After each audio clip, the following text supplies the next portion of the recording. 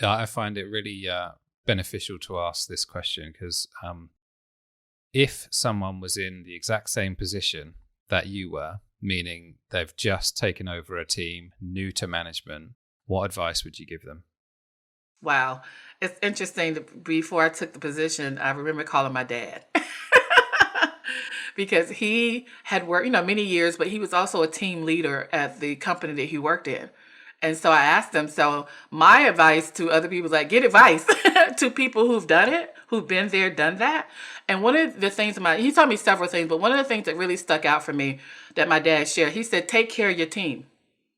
He said, take care of the people that you're responsible for. And he was like, go to bat for them when you can, when it's appropriate. You know what I mean? He said, but take care of your people. Make sure that you're giving them what they need to get the job done. And so I went in with that, and some other things were just, again, I think it's important to get wisdom and understanding and information from people who have done it well, And so that's why I hired a business coach. That's why I went and talked to my father. Like, you've done this for years. You've managed teams. How do I do this? And here's the other caveat for that story was I was younger than everyone on my team. I mean, except for the interns, of course, but the three staff members, they were older than I was. And so I was afraid they're not going to listen to me. I'm younger than them. I'm this young gun. Think I'm coming in, don't, shake, So I communicated that to my father. He said, just be respectful. Be respectful to them and they'll be respectful to you. He was like, remember, you all on the same team trying to get a job done. And so just so many little things. But the biggest thing was I knew I needed to go get someone who knew a little bit more than I did about how to run a team. Look after your team and be respectful. I like that. Mm-hmm. Regarding the second thing I referenced earlier, you said that the Yeah. second time around you got a business coach and the business coach helped you with some fundamentals of that you still use today. Would you mind sharing what they are? Sure. So before I met with the business coach, I was listening to different people and reading up and about business, right? And everyone said, write a business plan. Make sure you have your business plan. Yeah, I was like, oh my God. So when I went to my business coach, he said, the first thing we're going to work on is your marketing plan. I was like, no, no, no, no, no. I need a business plan. I need to have all these things mapped out. He was like, that's great. He said, we'll get to that. He said, but I want us to focus on you. He said, what is your marketing plan? He said, what good is it to have a business and nobody knows that you even exist and you're open for business? And I was like, he said, he looked at he said, it looks pretty, great. It looks good. He said, but I don't see where you have a robust marketing plan. How are people going to know that you're open for business? And I was like, oh my goodness. So the first thing we did was develop my marketing plan. He was like, who's your target market and how are you going to reach these people? So that was the main thing we focused on for many years.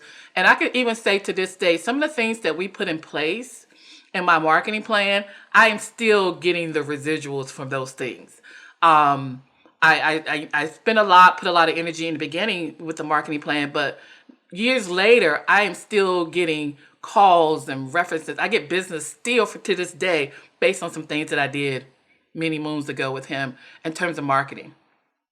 That's interesting because immediately I was going to ask you, because plans aren't always the theory, and then when you actually go and do it, they don't always match up. But would you say your marketing plan was very accurate?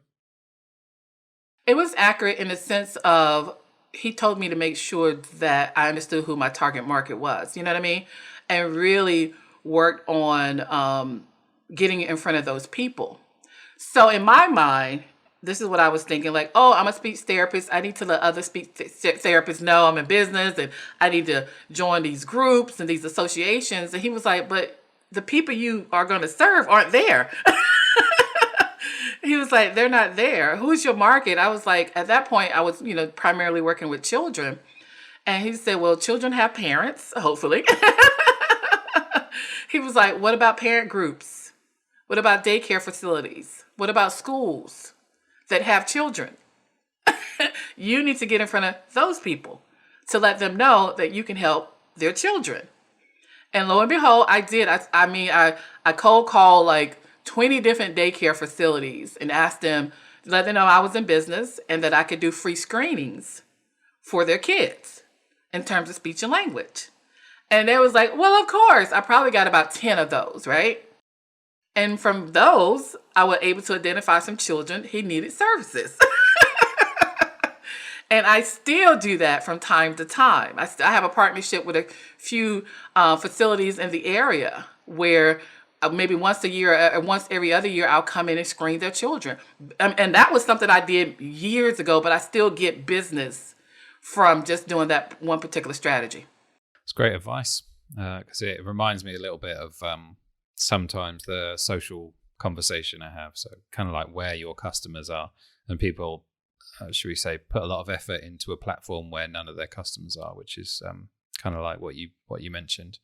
Regarding the first business, when did you know that you wanted to, should we say, shut it down and move on? I probably I try to stick in probably about a year, and I realized financially it wasn't working. I had bills. It's like I'm not bringing in this is not sustainable. I can't live off of this. But I also knew that I didn't have the skill set to really, again, I knew managing people, running a budget. I knew all of those things were going to be very necessary for running a company. And I knew I needed to learn it, but I also knew that learning that it was a big learning curve, of course, with anything new like that. But I couldn't learn if I'm thinking about, well, how I'm going to keep the lights on, how I'm going to pay my bills. And so once I was able to say, let me just get a job. I know I have some steady money coming in. Now I can focus on getting the skill sets that I need. So when I launch again, that I'm not trying to learn something new and, make money. So when I launched again, I had the skill set. So all I needed to do was, find the right contracts, again, get in front of the right people. And I was able to do that. And again, it's been 17, 18 years later and I'm still going. Well, congratulations on that. Have you got any thoughts on perhaps someone who might be in the same position? So let's say they're a year in and they're having some doubts and they're struggling. What kind of advice would you give that person? I would say that, doubts are going to always be there. I still doubt sometimes. Is this going to work? But I tell people, no matter what, you have to bet on yourself.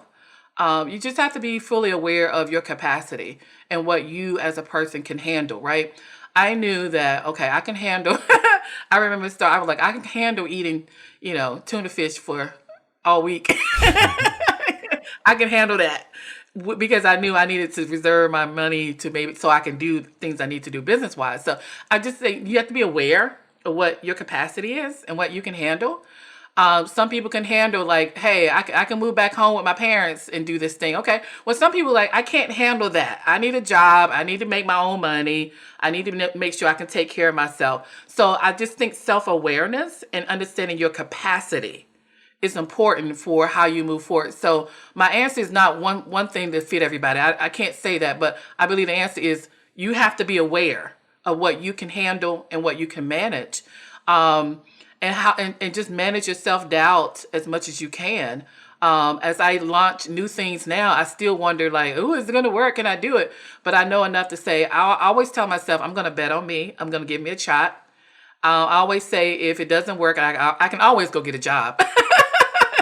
Jobs are plentiful, but I'm going to give myself a chance to see if I can make this work and do the things that I need to do. So I hope that answered your question, but self-doubt is going to be there. It's you to decide how you're going to manage it for yourself. I always surround myself with good people who keep me encouraged as well, and who can believe in me and see it sometimes when I don't see it for myself. I am very fortunate and blessed to have family and friends that, especially in the beginning, they were like, oh yeah, you can do it. We got you. Whatever you need to do, we'll be here to support you, And so just make sure you have a strong support team, friends, family, colleagues, whomever, that can help you through those rough patches as well. Thank you for that.